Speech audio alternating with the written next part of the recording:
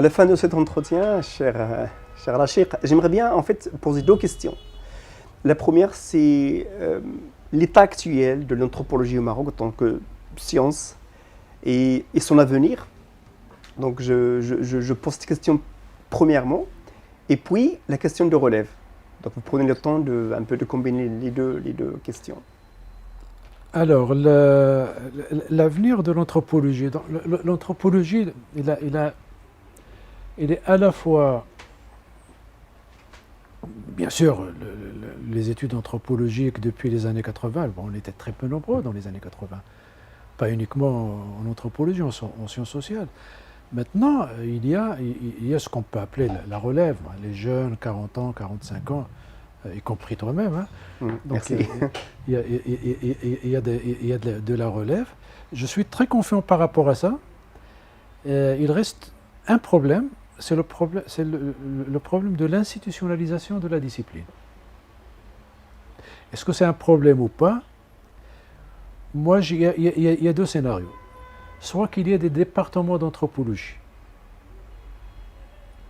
mais le besoin n'est pas pressant pour le moment. Il n'y a pas un besoin, disons, soit de la part de l'enseignement public, soit de la part du public, de l'administration publique ou l'administration privée. Il n'y a pas ce besoin. Ce qu'on peut faire, ce que j'ai souvent préconisé, c'est que l'enseignement de l'anthropologie, dans un premier temps, en attendant qu'il y ait des départements d'anthropologie autonomes avec une masse critique, parce que pour animer un département d'anthropologie, il faut au moins 6-7 professeurs, minimum, avec des vacataires, etc., minimum. Donc, en attendant, moi, ce que je préconise, que l'anthropologie ne soit pas enseignée en tant que discipline, à part, autonome, mais en tant que dimension de disciplines qui sont enseignées. Sciences politiques, anthropologie politique. La médecine, anthropologie médicale. L'histoire, anthropologie de l'histoire. Géographie, anthropologie de l'espace. Anthropologie de la famille. Et ainsi de suite. Enfin, anthropologie de la famille pour la sociologie. Et ainsi de suite. C'est-à-dire qu'il y ait cette sensibilité dans diverses disciplines, cette sensibilité à l'anthropologie.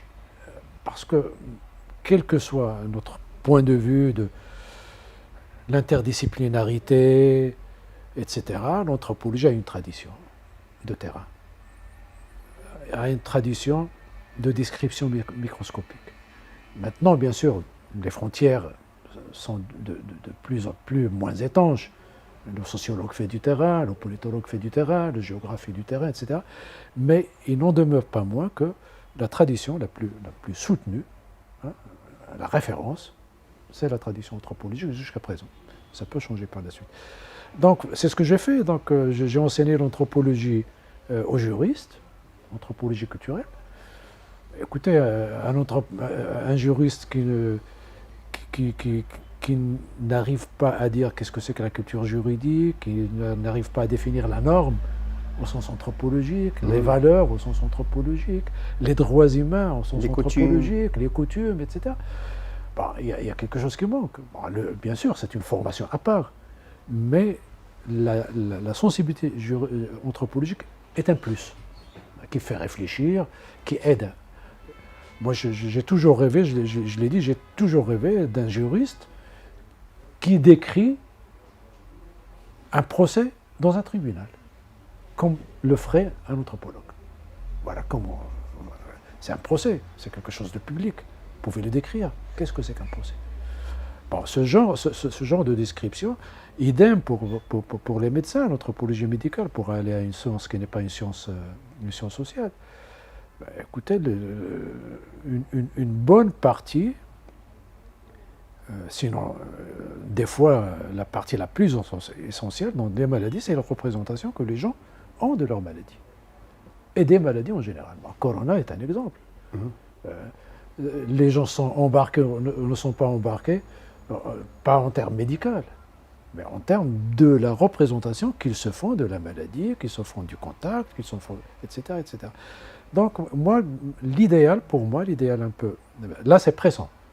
On peut le faire dès maintenant. Dès maintenant. Et ça se fait Ça se fait dans les départements de sociologie maintenant. On ne va pas dire on va enseigner aux sociologues la sociologie, on ne va pas enseigner l'anthropologie ou une initiation à l'anthropologie, etc. Enseigner la sociologie de la famille sans parler de la parenté, de l'anthropologie de la... C'est absurde. Enseigner la science politique sans enseigner la culture politique, les valeurs politiques, les idéologies, mais au sens de système de valeurs, on ne peut pas. Et donc, c'est une sensibilité, je milite un peu, j'ai milité pour ça, j'ai appliqué ça, et je milite pour que l'anthropologie soit une sensibilité, une discipline qui rend service à d'autres disciplines, en attendant que ça soit... Maintenant, il y a bien sûr il y a ce qu'on appelle pas une génération spontanée, mais des étudiants, des chercheurs qui ont été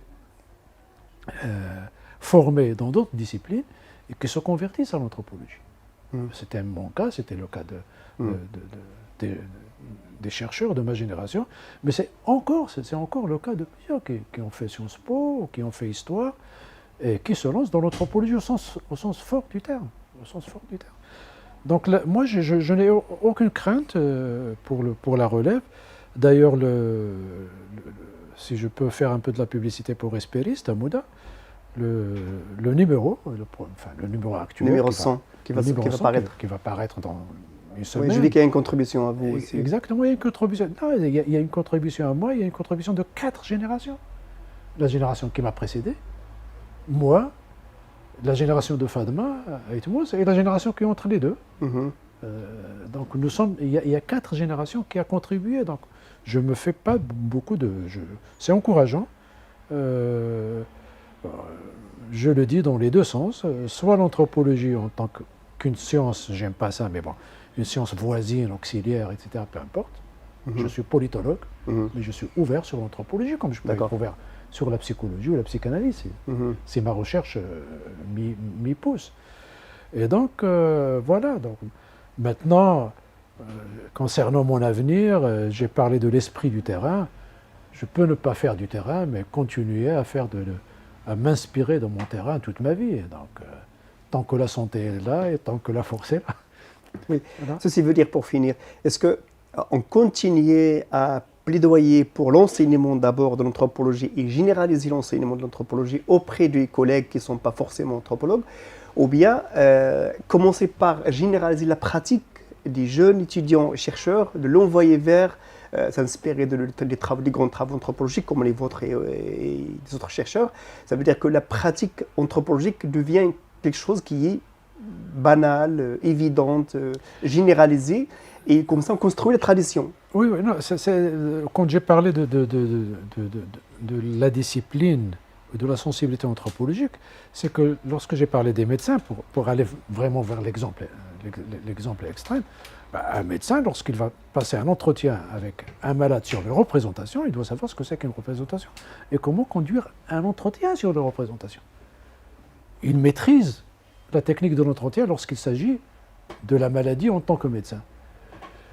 Mais c'est quelqu'un qui est déprimé, c'est autre chose.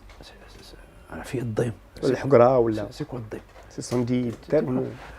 Et donc, c'est aller vers le vernaculaire et vers les représentations, etc.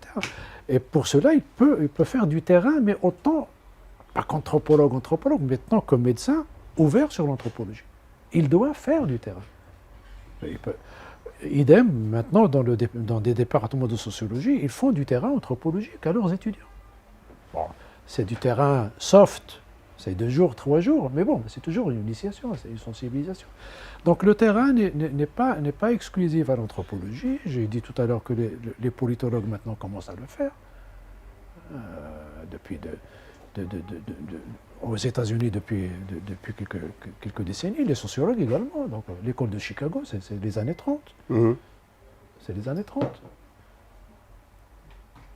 D'accord. Donc ce n'est pas exclusif. Donc quand enseigner l'anthropologie va de pair, et là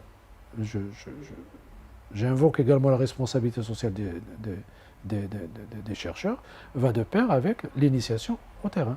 Un terrain soft au départ, très, très, très court, etc. Mais Les étudiants, croyez-moi, 2, 3, 4 jours.